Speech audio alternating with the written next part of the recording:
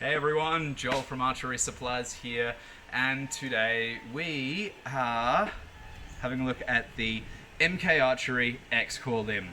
Now, this is one that I am super excited to get my hands on. It's the first time that we've had them come in. We had the risers come in a little while ago, and I'll do a review of those for you guys soon. But this is the X-Core limb. Now, a bit of history on MK Archery. So MK is a Korean archery brand. They were founded in 2007. They spent a couple of years in research and development, and then in 2009, I believe it was Ojin Hyuk, who, I hope I pronounced that correctly, who claimed it was either a world or an Olympic world record with them. Shortly after that, in 2012, there was Im Dong-hyun, another world record set with these limbs. And then most recently in 2016, the very famous and excellent Kim Woo-jin set the 720 record with these. Well, not these ones in particular, but with the MK limbs. So this is the latest offering in their top-of-the-line limb, the X-Core. So not a cheap limb. It's going to be one of your top-end limbs. So probably somewhere north of $1,000. Somewhere probably around the $1,200 mark. They'll compete with Win and Win and with Wireless rather, and with Hoyt and with some of the Physics limbs as well. Now, I have previously shot mostly just Wireless limbs. I've had the Wireless One foams, and I have had the NSG, the graphene, which were both very, very nice. But I've never really shot a wood core limb before. This one is a wood core limb. Now, wood core is one of those things that perplexes me a little bit still. We talk about it a lot here in the shop, and you know, you look around and like everyone at the top is shooting wood core. Everyone, you know. Whether it's like the Velos limb, whether it's like your wood core NSG limb, the MXT now from Wireless, their wood core. And when I've spoken to people at Wireless and at Physics and these different companies, they tell me that the feeling at the back of the draw can be a little bit harder with the wood core. And so the very advanced level archer, who prefers a more solid feel at the back as they're executing their shot and coming through their clicker, will favor wood core. So it's interesting. Honestly, like, I'm not sure. I'm sure I will shoot the same with wood or foam. I'm not good enough to tell the difference, and you know, 99% of us aren't, you know. But there is that top layer, that and those of us who are sort of like, you know, have that ambition to maybe try to get to the top layer. But, you know, everybody wants to shoot a nice limb. Now, the MK Archery philosophy, as I could tell from reading their website, what their CEO statement says, is that they have a commitment to, artisan style, artisan spirit, and authenticity. And, like, I gotta say, like, the limb is beautiful. Like, I'm not sure if you can tell in the video, but this white is a matte white. Now, normally, what I see when I see a white limb is it's a high gloss white, very shiny, whereas this is a matte, and it's very nice. The carbon pattern on the back is sort of like, it reminds me of the expensive limbs from the other producers. It's that similar sort of, you know, patterned carbon. But yeah, gorgeous. Like really, really beautifully made. Like nice and narrow at the limb tip. But yeah, very nice. So let's take some shots with it and see how it feels. So I've just come down in poundage from a 50 pound to sort of save my shoulder so that I can train a little bit more. So these are some 40-pound limbs that Steve had been sent. So I'm going to trial these out, see how they feel on my shoulder, and see how I shoot with them. So let's pop some arrows down. We're at about 40 meters. Well, we are at 40 meters according to my sight setting.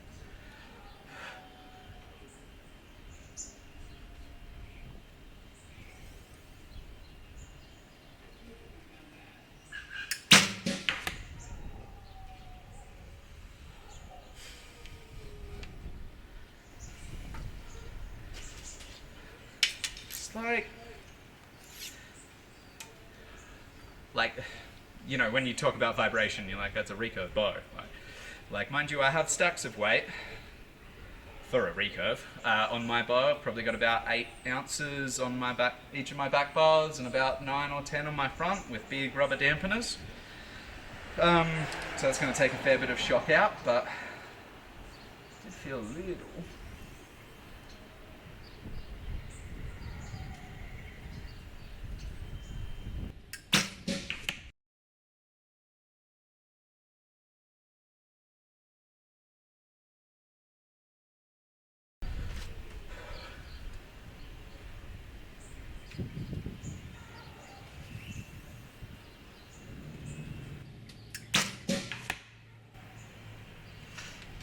Like, they feel really nice. They're crisp, they're super crisp.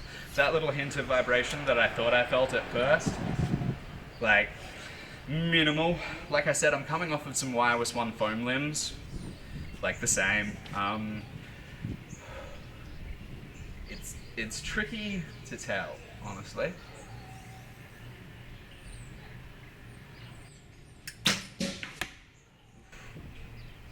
Pretty sloppy shots.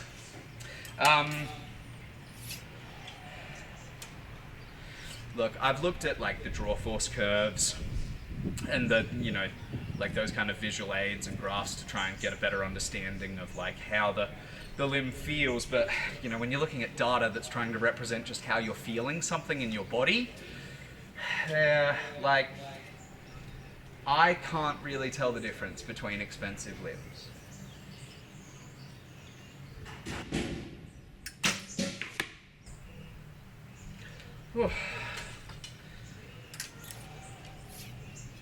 Can't tell if I'm just shooting like garbage. Probably. It is a recurve. I haven't trained yet today or warmed up. Love making excuses. Just shoot good shots, that's what it's all about.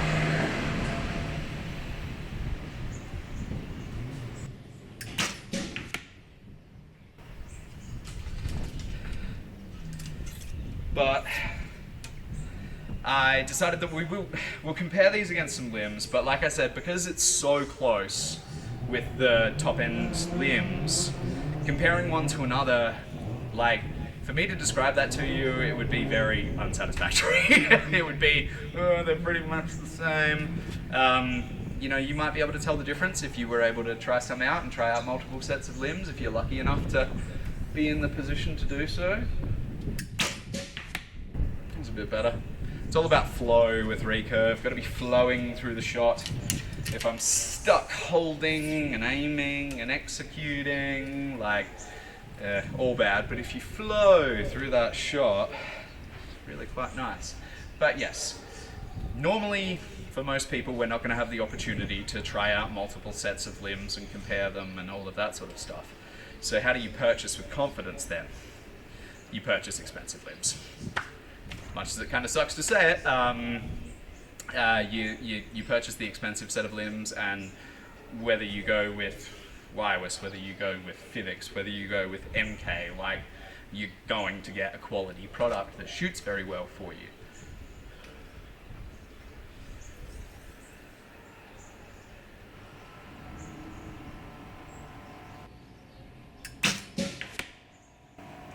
You could tell that one was going to be bad because I held it too long.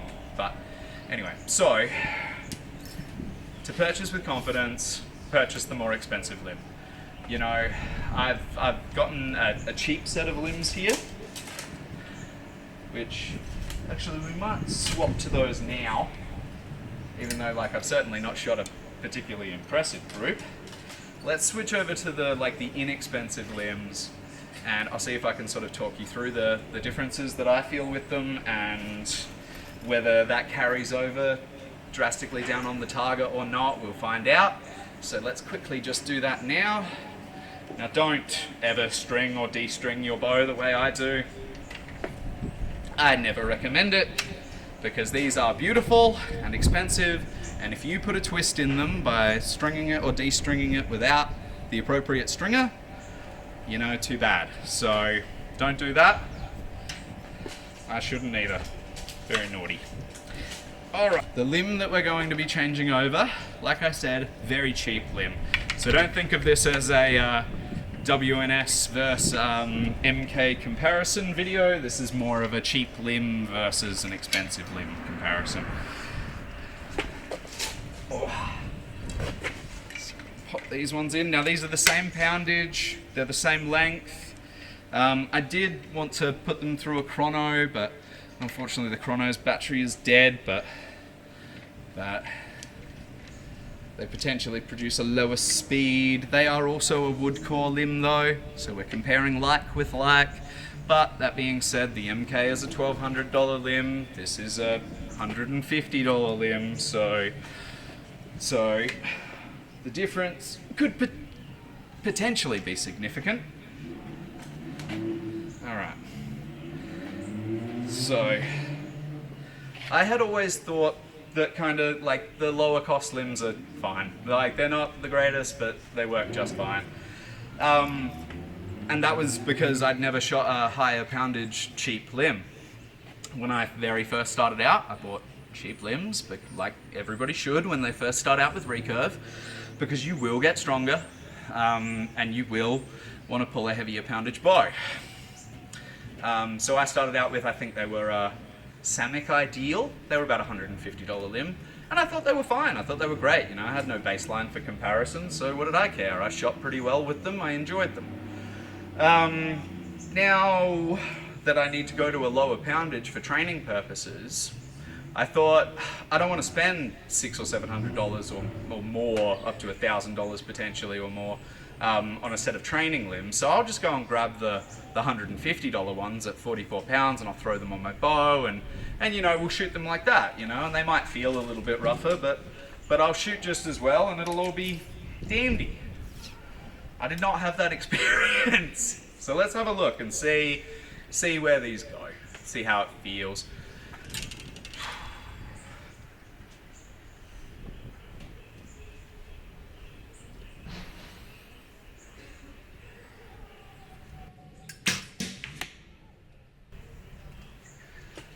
So pretty straight, a bit lower.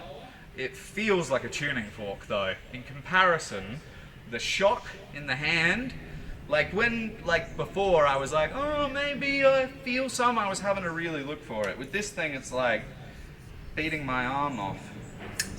All right, we're missing a fletch on this one. This is what we call a Stephen hand fletch. So this is an optimal Stephen hand arrow. He would tell me that this is fine.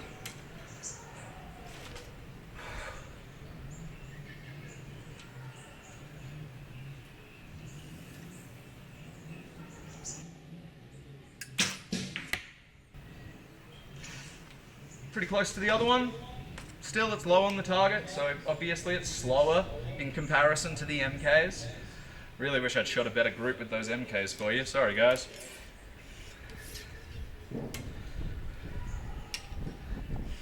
I'm hoping that we can maybe we can do a slow-mo frame or two of a shot going off with this bow and a shot going off with the MK, because I'm sure if we did, the difference in the vibration in the bow would be remarkable. You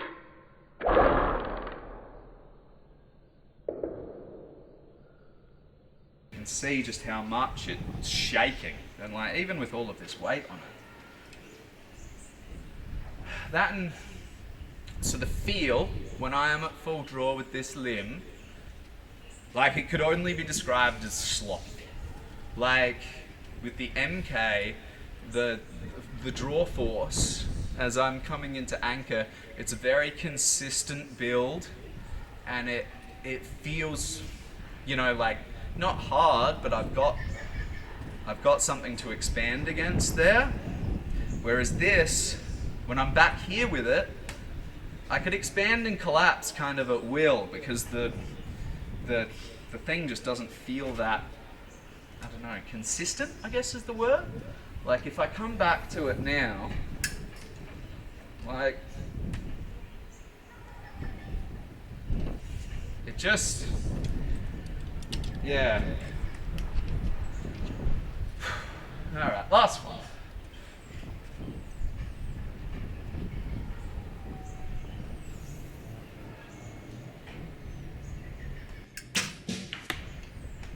Oof. And this is the other thing with Recurve. Like, maybe it's, you can just be having a bad day. It's real easy to have a bad day with the Recurve, trust me. Like, I'm not a stellar shooter by any means. I'm okay. Like, I'll shoot around like the 270s, 280s for indoor rounds, and I'll shoot I think around 620s. It's been a while since I shot a 720 round. So like, I'm definitely not like up there with the big boys, but you know, I'm not terrible. But that being said, if I don't shoot every single day, oof, horrible. So like, I'd call that a warm-up round. So, but hey, we're time poor, and that's how it went. So, well, let's go down to the target anyway. Let's have a little bit of a chat and analyze the results. Okay, so we're down here at the target. The results are pretty average. It's kind of difficult for me to really say, hey, look at how good these ones were and look at how bad these ones were. But that's the nature of Recurve. So this one, this one, and this one. So these two that went lower, and this one that was wonky, obviously a bad shot. Funnily enough, the two fletch one grouped just fine with the other one. But yeah. So look, like the win-and-win limb was lower, so it's obviously a slower limb. And like I said, it had a drastically different feel in terms of how it felt at the apex of its draw, and how it felt in terms of how it was breaking away and when it shot, and the release in the hand. Unfortunately, I am not a Olympian, so I didn't get to shoot the best group for you guys. But if we were to look at, you know, and when I talk about like the width, you know, so we look at the cheap, inexpensive limb and the expensive limb, you know, much finer at the limb tip. So, you know, it doesn't surprise me that this limb was faster, and also for like reasons of, you know, how it's constructed and the extra work and material quality that's going into an expensive limb. Yeah, drastically different feeling to a very cheap limb. So I don't think I'm going to be using a really, really cheap limb for my my training limb.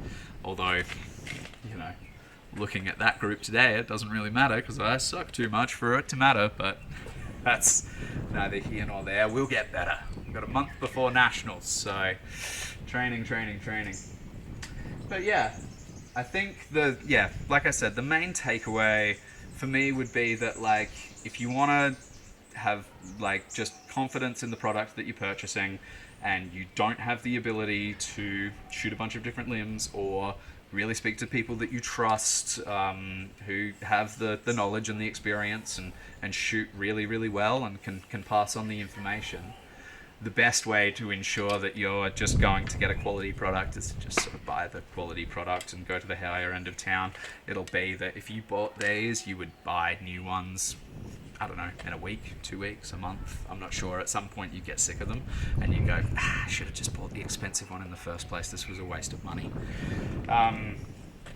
So that being said, inexpensive limbs are not a waste of money for beginners, because you need to start cheap because you're going to upgrade them. So future-proof yourself against further expense by not buying. If you go into a shop and it's your first ever bow and you spend $1,200 on a set of limbs that you're going to outgrow in a month, that would be very silly. So that's where these limbs serve their purpose. It's for when you're first starting out. So when you're first starting out, when you're trying to get as good as you can possibly be, even though some days archery is hard. Anyway, I'm Joel from Archery Supplies. Thank you guys so much for watching. Enjoy your archery, and I'll see you on the next one. Bye.